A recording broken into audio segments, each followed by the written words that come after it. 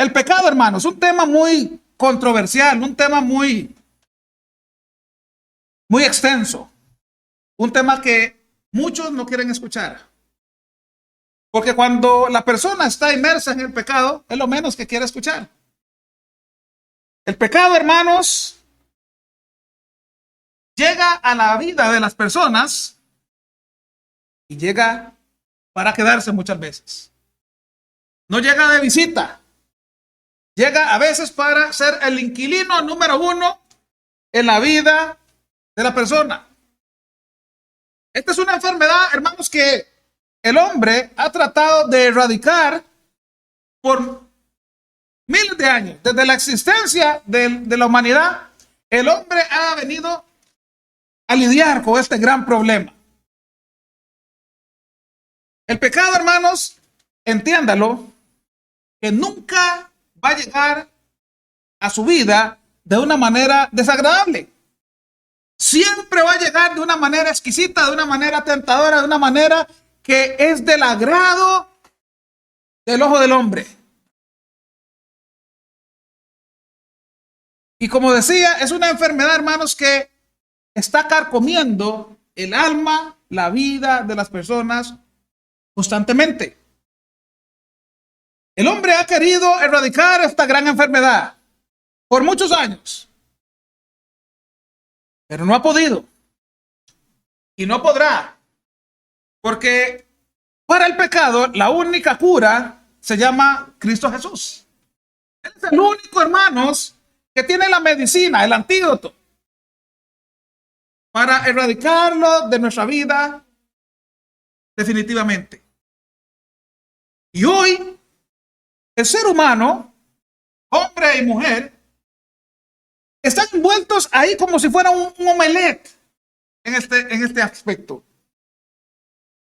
Llegan, coquetean con el pecado los abraza, los consume, y ahí viene después la debacle de la gente.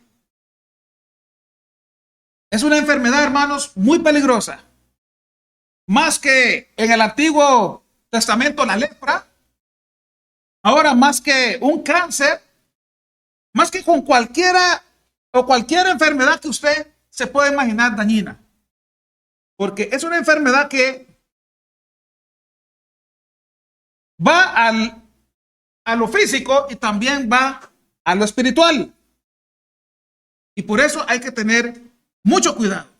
Pero desde tiempos antiguos, Dios le ha dicho al hombre: aléjense del pecado. Manténganse lejos del pecado, apártense del pecado. Pero el hombre ahí va, siempre llevándole la contraria al Señor. Y es ahí, hermanos, donde entonces viene el sufrimiento, viene la tristeza y también viene el dolor. Y muchas veces no solamente el dolor, sino también viene la muerte. Y una muerte, hermanos, que puede ser física. Una muerte que cuando ya es una muerte física, hermanos, y usted no ha estado a cuentas con Dios, ya no hay nada más que hacer. Todavía si fuera una muerte espiritual en la cual, hermanos, usted tal vez tiene esa posibilidad de arrepentirse y arreglar las cosas y caminar como Dios manda. El pecado, hermanos, es algo que Dios no se agrada y nunca se ha agradado y nunca se agradará. Porque el pecado es suciedad, es contaminación, es abominación delante de los ojos de Dios. Yo quiero que vayamos allá al libro de Isaías. Vamos a empezar por este pasaje tan importante.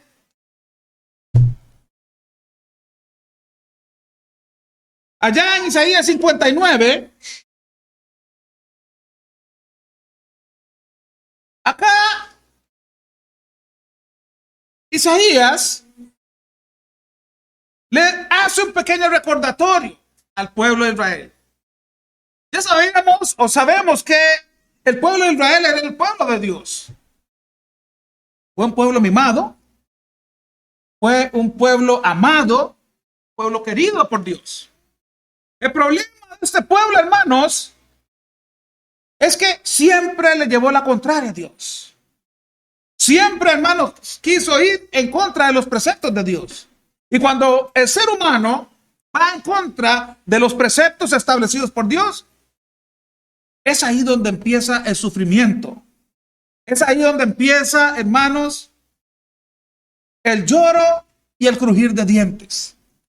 Y dice ahí, he aquí que no se ha cortado la mano de Jehová para salvar. No, porque esto es lo que siempre quiso Dios. Chinear a este pueblo, amar a este pueblo, cuidarlo. Ni se ha agravado su oído para oír, porque el oído de Dios está atento. Por eso, hermanos, cada viernes, es más, cada día, ustedes y yo nos reunimos también para cumplir con un acto importante en la vida del cristiano, como es la oración. Y nos reunimos sabiendo que el Señor nos escucha. Nos reunimos y pedimos y damos acciones de gracias sabiendo que el Señor nos escucha. Si no fuera así, entonces ninguno de nosotros nos reuniríamos el día viernes. Pero como sabemos de que el Dios es todopoderoso y en su momento nos escucha y contesta nuestras oraciones, entonces por eso es que le clamamos a Él. No tenemos a otra persona. Pero aquí estaba la debacle del pueblo de Israel. Una debacle, hermanos, que tal vez hasta los días de hoy nos sigue. Y dice, pero vuestras iniquidades han hecho división entre vosotros y vuestro Dios. Y vuestros pecados han hecho ocultar de vosotros su rostro para no oír. Pues, ¿qué es lo que hace el pecado? El pecado separa. ¿Qué separa? Toda aquella persona que está unida con Dios. Eso es lo que hace el pecado. Desunir. Mantenernos alejados de Dios. Porque ¿qué comunión tiene Dios con el pecado, hermanos? Ninguna.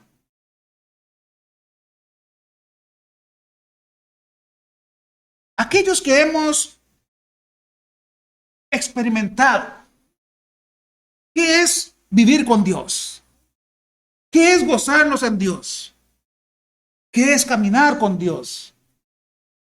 Entendemos, hermanos, que no hay otro camino, como dice la palabra, porque Él es el camino, Él es la verdad y es la vida. Pero el que camina agarrado de la mano del pecado, camina en tinieblas. El hombre que ha sido trasladado de las tinieblas hacia la luz admirable de Cristo debe permanecer en luz. Debe, hermanos, cambiar su vida. Debe hacer el esfuerzo para agradar a Dios. Esto es algo, hermanos, que el pueblo de Israel no quiso. Y cuando vamos al Antiguo Testamento, podemos leer historia tras historia, profeta tras profeta. ¿Por qué? Llegó la calamidad al pueblo de Israel. ¿Por qué tuvo que llegar otro pueblo y conquistarlos y hacerlos esclavos y pasarlos ahí en esclavitud por mucho tiempo? Porque este pueblo clamó después, Dios los libertó. Y una vez que Dios los libertó, siguieron otra vez a sus andanzas, pecando contra Dios, yéndose en dioses paganos. Y venía otro pueblo y los conquistaba, los hacía sufrir, clamaban y ese era el estira y encoge. Que dicho sea de paso, hermanos, nos alcanza hasta el día de hoy. ¿Por qué, hermanos? Porque muchas veces el pueblo de Dios, que es la iglesia, es rebelde también. Y usted puede ponerle el pecado que sea. Usted puede ponerle el pecado que sea. No nos vamos a engañar, hermanos. No nos vamos a engañar. No podemos escapar de una realidad que es obvia.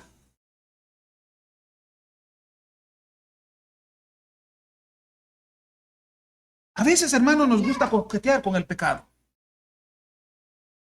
¿Y sabe lo peligroso del pecado? ¿Sabe la característica del pecado, hermanos? Es que ante la óptica humana, nosotros le ponemos tamaño.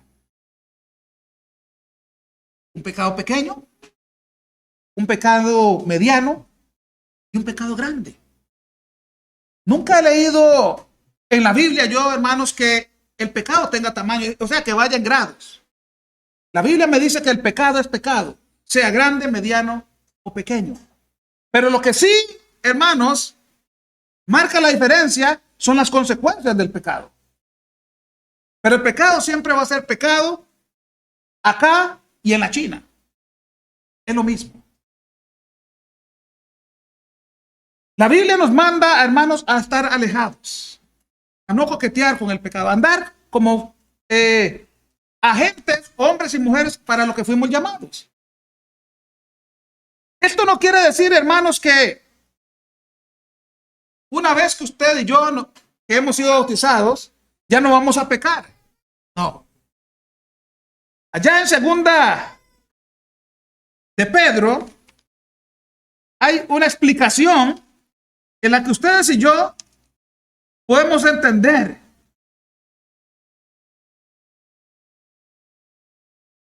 Perdón, en primera de Pedro, capítulo 3, versículo 21. Y aquí voy a marcar la diferencia. El bautismo dice que corresponde a esto, ahora nos salva.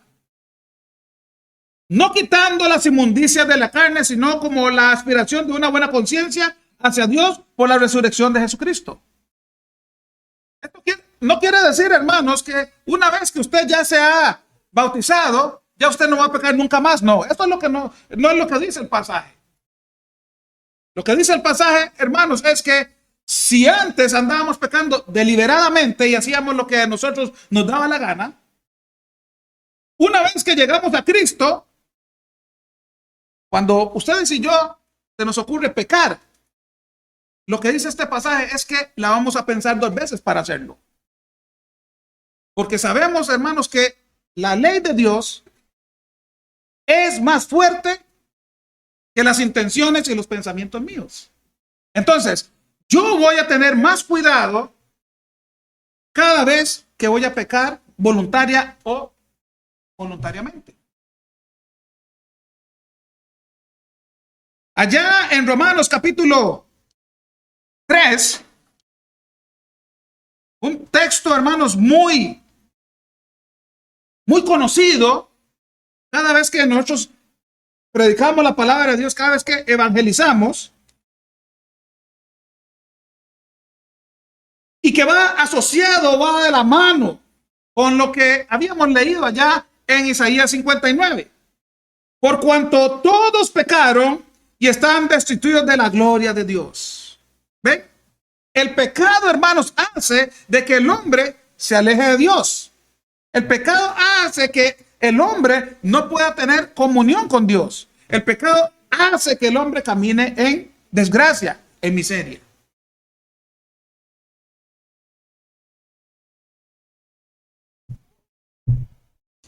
Jesucristo también mencionó algo referente al pecado. Allá en Juan capítulo 8 nos da una característica que debemos de entender del pecado. En Juan capítulo 8, versículo 34, dice, Jesús le respondió, de cierto os digo, que todo aquel que hace pecado, dice, esclavo es del pecado. Cada quien, hermanos, que peca, está siendo esclavo del pecado. Y por eso es lo que mencionaba al principio. Cuando la persona llega a coquetear ampliamente con este aspecto tan terrible, es como que el diablo le da el popi, nos da el popi a nosotros. Hermanos, lo chupamos, lo saboreamos, nos deleitamos, pero en algún momento nuestra vida nos dice, ¡pum! No es suyo, es mío. Y cuando nos quita ese dulce, ese confite, es como cuando usted le da a un niño ese popi y se lo quita, comienza a sufrir, comienza a llorar. Porque es tan dulce, es tan delicioso que se lo quita y ya no puede seguir gozando de él. Así es lo mismo como nos atrapa el pecado a nosotros. Nos envuelve, nos conquista. Y es que llegamos a tal punto que vemos al pecado como si fuera nuestro amo.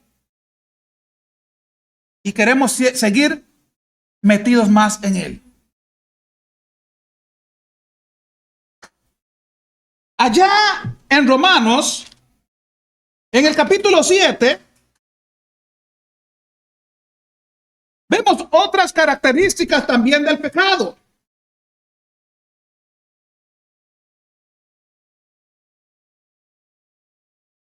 Y esta es la lucha del cristiano. ¿Han visto ustedes esas fábulas donde aparece un diablito por acá y le dice, hágalo, a esto, hágalo otro? Y por allá un angelito que le dice, no lo hagas, no lo hagas. Bueno, hermanos, déjenme decirle que esa es nuestra lucha. Esa es nuestra lucha constante. Y dice ya en Romanos capítulo 7, versículo 19, porque no hago el bien que quiero, sino el mal que no quiero. Eso hago. Y si hago lo que no quiero, yo no lo hago, ya no lo hago yo, sino el pecado mora en mí. Así que queriendo yo hacer el bien, hallo esta ley, que el mal está en mí. Porque según el hombre interior me deleito en la ley de Dios, pero veo otra ley en mis miembros que se revela contra la ley de mi mente y que me lleva cautivo a la ley del pecado que está en mí, en mis miembros. Miserable de mí, ¿quién me librará de este cuerpo de muerte? Gracias doy a Dios por Jesucristo, Señor nuestro. Así que yo mismo con la mente sirvo a la ley de Dios, más con la carne a la ley del pecado. Esto parece como un trabalenguas, ¿verdad, hermano? Pero es la realidad.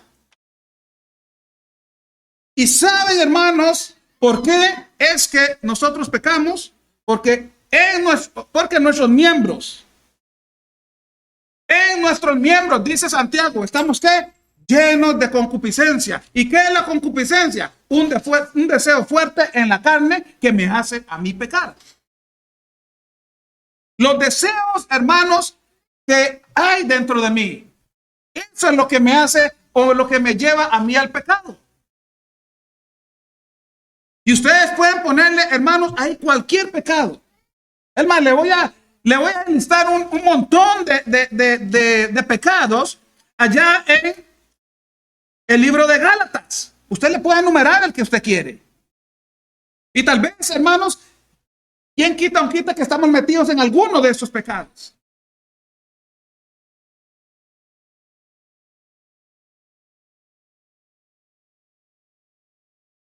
Capítulo 5, versículo 19. Manifiestas son las obras de la carne, que son adulterio, fornicación, inmundicia, lascivia, idolatría, hechicería, enemistades, pleitos, celos, iras, contiendas, disensiones, herejías, envidias, homicidios, borracheras, orgías y cosas semejantes a estas, acerca de las cuales os amonesto, como ya os lo he dicho antes, que los que practican tales cosas no heredarán el reino de Dios.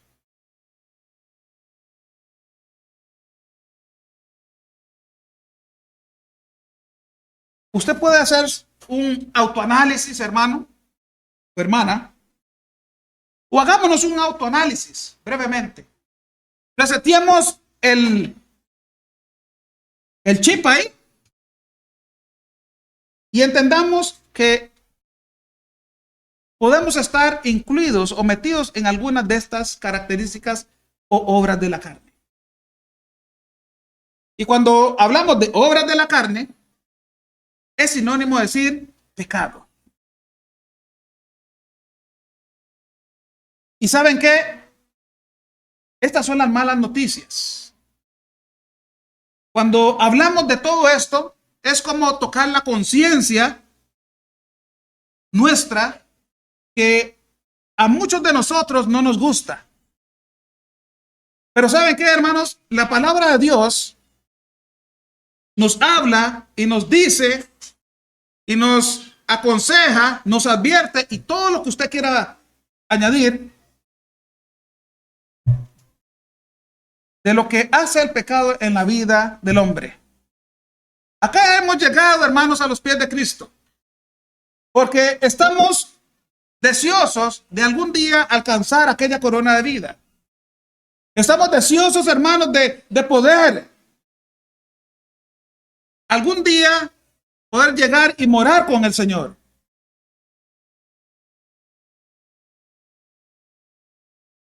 Todos los días está muriendo mucha gente. Esas son las malas noticias. Todos los días está muriendo mucha gente. Y mucha gente, hermanos, está muriendo sin Cristo. Y déjenme decirle, hermanos, que no es el hecho de decir, voy a hacer esta oración de fe y ya yo soy salvo. No. No es como lo dice el mundo. El mundo te va a dar un cristianismo barato. Un cristianismo sencillo. Pero la palabra de Dios te va a dar la guía, el manual que usted necesita para poder llegar a ser de Cristo.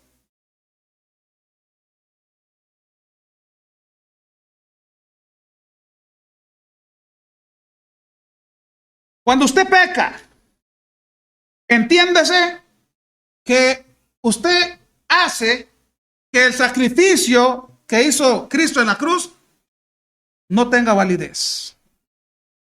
Hoy, hermanos, nos reunimos para ser parte de la cena del Señor y recordamos, gracias a Dios, de que cada primer día de la semana está establecido de que nosotros recordamos la muerte de nuestro Señor Jesucristo.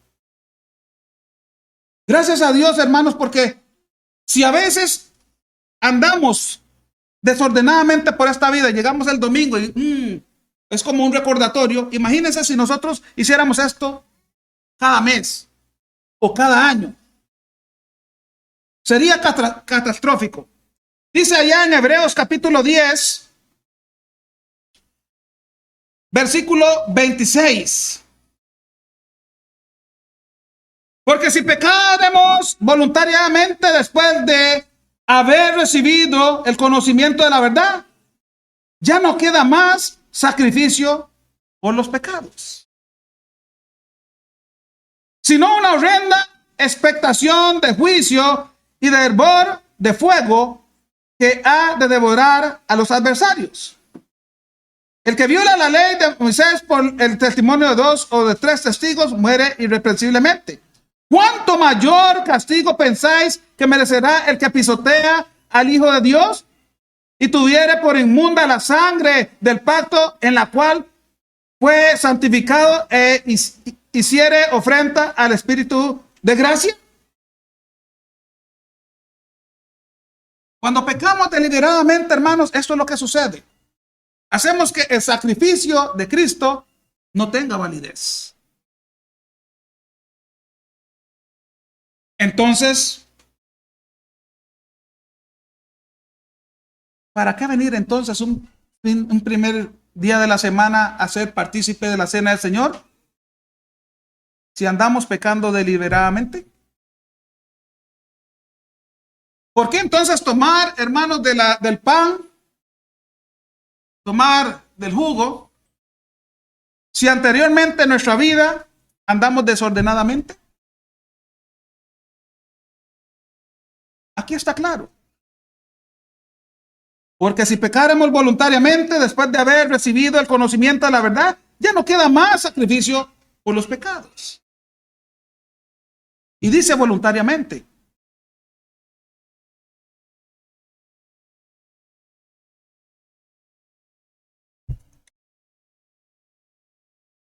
Hemos escuchado en estos 36 minutos, perdón,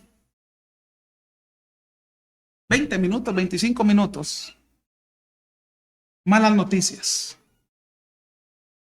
Lo que ha hecho el pecado, lo que hace el pecado y lo que puede hacer en la vida de aquel que lo practica deliberadamente. Vamos a las buenas noticias. Las buenas noticias que usted y yo podemos escuchar hoy se llama Cristo Jesús. Empezamos allá en el Antiguo Testamento y vamos también otra vez al Antiguo Testamento. Allá en el libro de Salmos, tal vez usted si tiene algún marcador o tiene algún lápiz lo puede subrayar.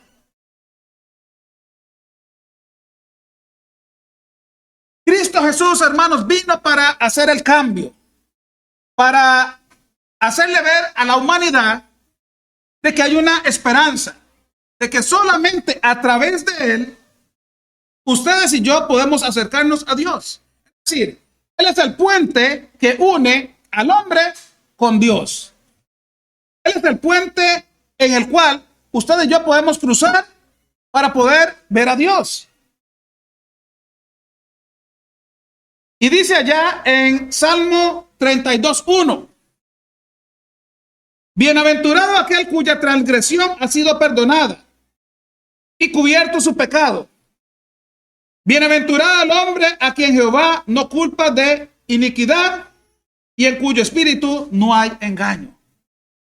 Las buenas nuevas, hermanos, es que Cristo Jesús vino a este mundo. No solamente vino a este mundo, sino caminó entre los hombres. Marcó la senda. Trazó el camino para que la humanidad pudiera tener comunión con el Padre. Y por eso, hermanos, debemos de alegrarnos. Cuando usted obedeció a la palabra del Señor yendo a las aguas del bautismo, ¿sabía usted, hermanos, que eso fue quizá, o no quizá, fue el acto más importante que usted ha hecho en su vida? No es que usted se haya ganado el acumulado, que le haya pegado al gordo, no. No es que usted haya recibido el título más grande en esta vida, no. Sino, hermanos, que a través de ese acto de obediencia, usted le dijo a Cristo, Cristo, yo quiero limpiarme de mis pecados. Ya yo no quiero ser diferente, yo quiero realmente, en vez de alejarme del Padre, quiero acercarme al Padre. Yo quiero que a través de este acto, que es el bautismo, yo quiero limpiarme, pasar por ese puente y poder tener comunión con Dios. Si nosotros, hermanos, no hemos entendido eso, es hora de entenderlo. Es hora de poner en práctica eso. Es hora de nuevamente repasar conceptos.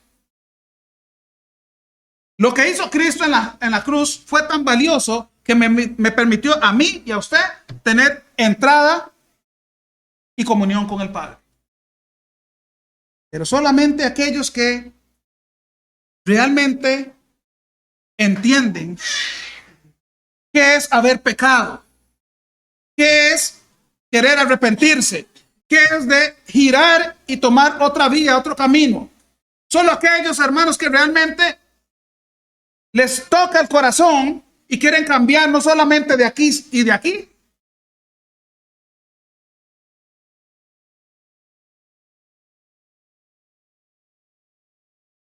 Cuando nosotros leemos allá en Romanos capítulo 6, y ese texto, hermanos, es crucial, es fundamental cuando nosotros predicamos acerca del bautismo.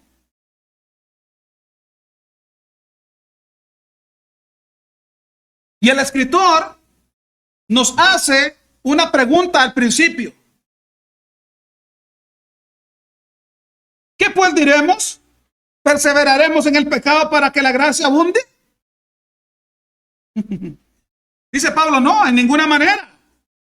Porque los que hemos muerto al pecado, ¿cómo viviremos aún en él? ¿O no sabéis que todos los que hemos sido bautizados en Cristo Jesús hemos sido bautizados en su muerte? Porque somos sepultados juntamente con él para muerte por el bautismo, a fin de que como Cristo resucitó de los muertos por la gloria del Padre, así también nosotros andemos en vida nueva. Porque si fuimos plantados juntamente con él en la semejanza de su muerte, así también lo seremos en la de su resurrección. Este pasaje, hermanos, es crucial para nosotros los cristianos. Porque cuando nosotros decidimos seguir a Cristo, cuando nosotros decidimos ir a las aguas del bautismo, estamos diciendo a Cristo, yo quiero ser bautizado en tu muerte. De hecho, la crucifixión y el bautismo tienen conexión. Porque lo que Cristo hizo una vez y para siempre, nosotros lo vamos a hacer una vez y también para siempre, en representación de su muerte. ¿Sabían que los que teníamos que ir a la cruz éramos nosotros y no Cristo? Pero dijo Cristo, no, un momento. Yo no voy a dejar que ningún ser humano sufra esa muerte tan horrenda, tan horrorosa. Mejor voy a ir yo. Y me voy a poner en lugar de todos y cada uno de ellos. Pero no va a ser así tan fácil también. No se las voy a hacer, se las voy a poner así de fácil. Ellos también van a tener que crucificarse conmigo. Pero es una decisión muy personal. Entonces, cuando leemos este pasaje, cuando entendemos lo que representa ser crucificado con Cristo, entendemos entonces, ahora sí, que todos aquellos que han sido bautizados en Cristo Jesús, ahora son propiedad de Cristo. Ahora le pertenecemos a Cristo.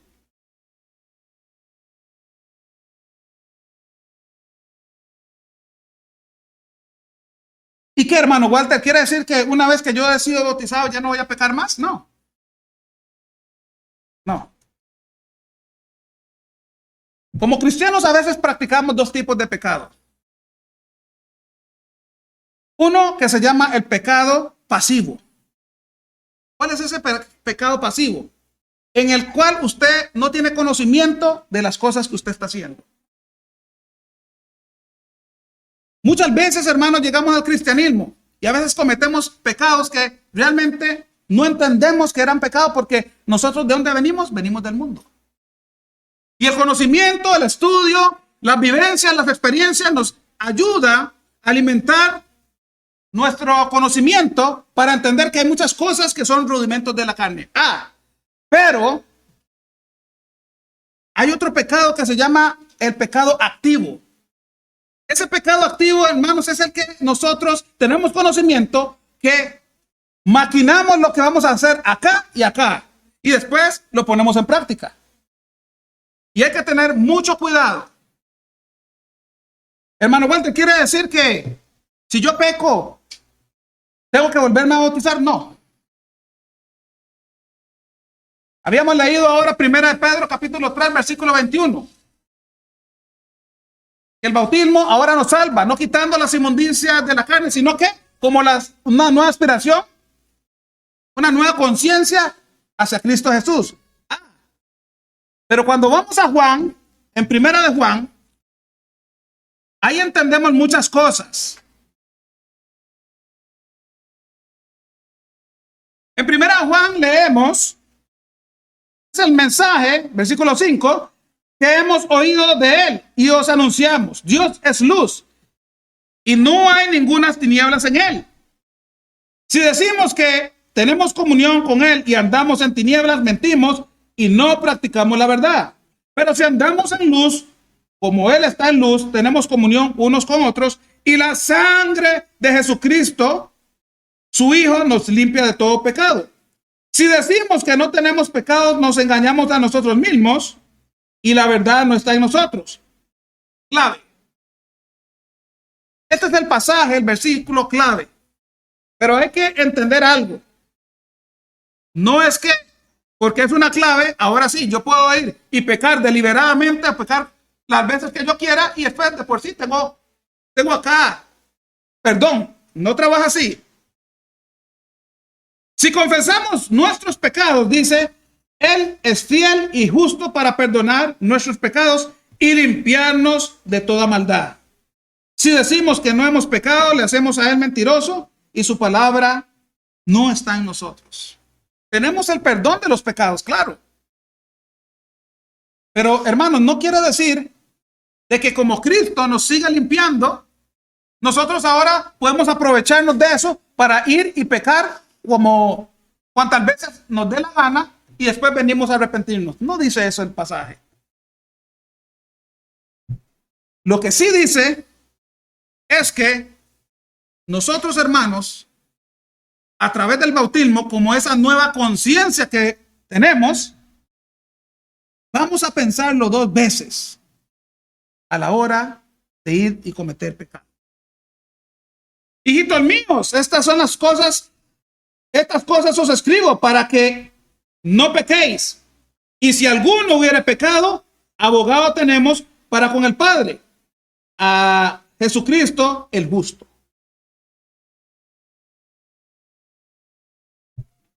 Habíamos estudiado anteriormente, hermanos, de que el pecado carcome el alma, el pecado mata, el pecado destruye, el pecado separa.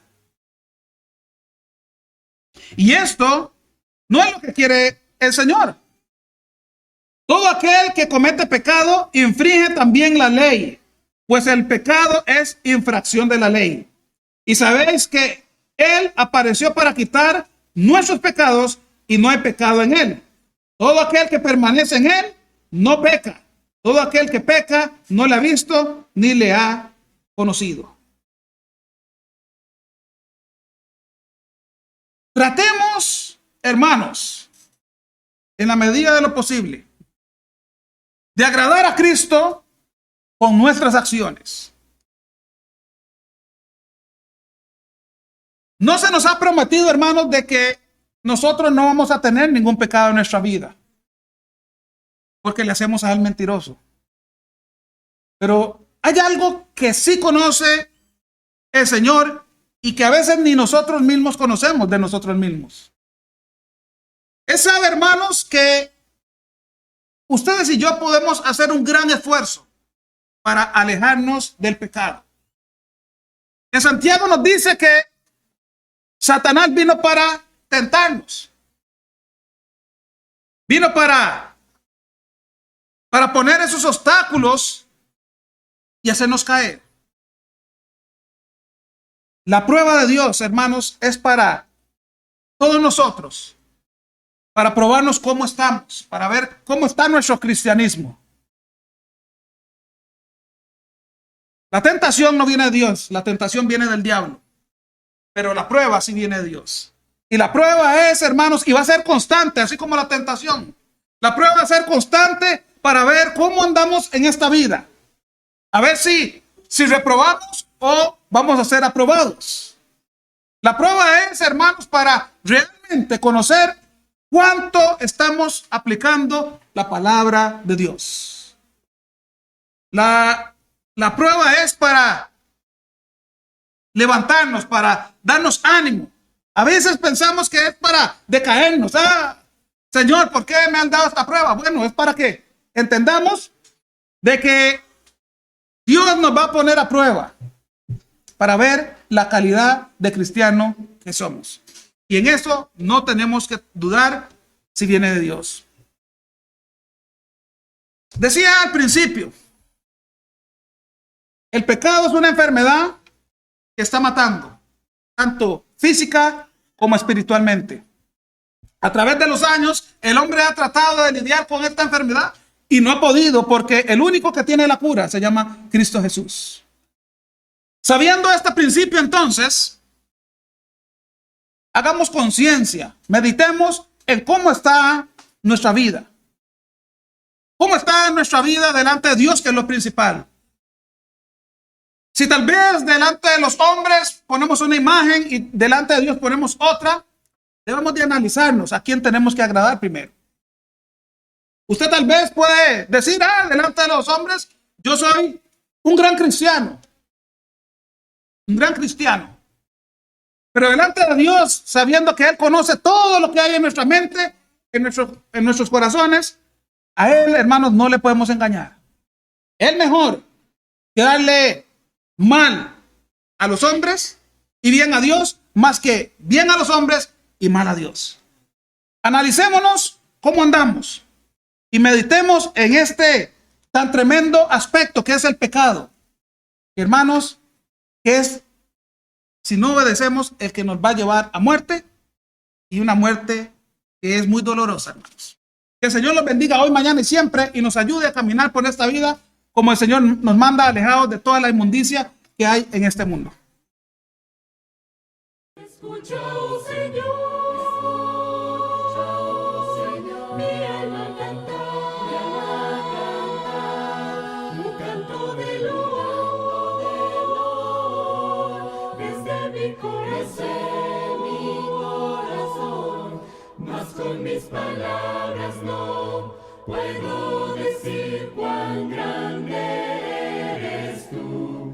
Así que mi Señor, escucha mi oración desde mi corazón.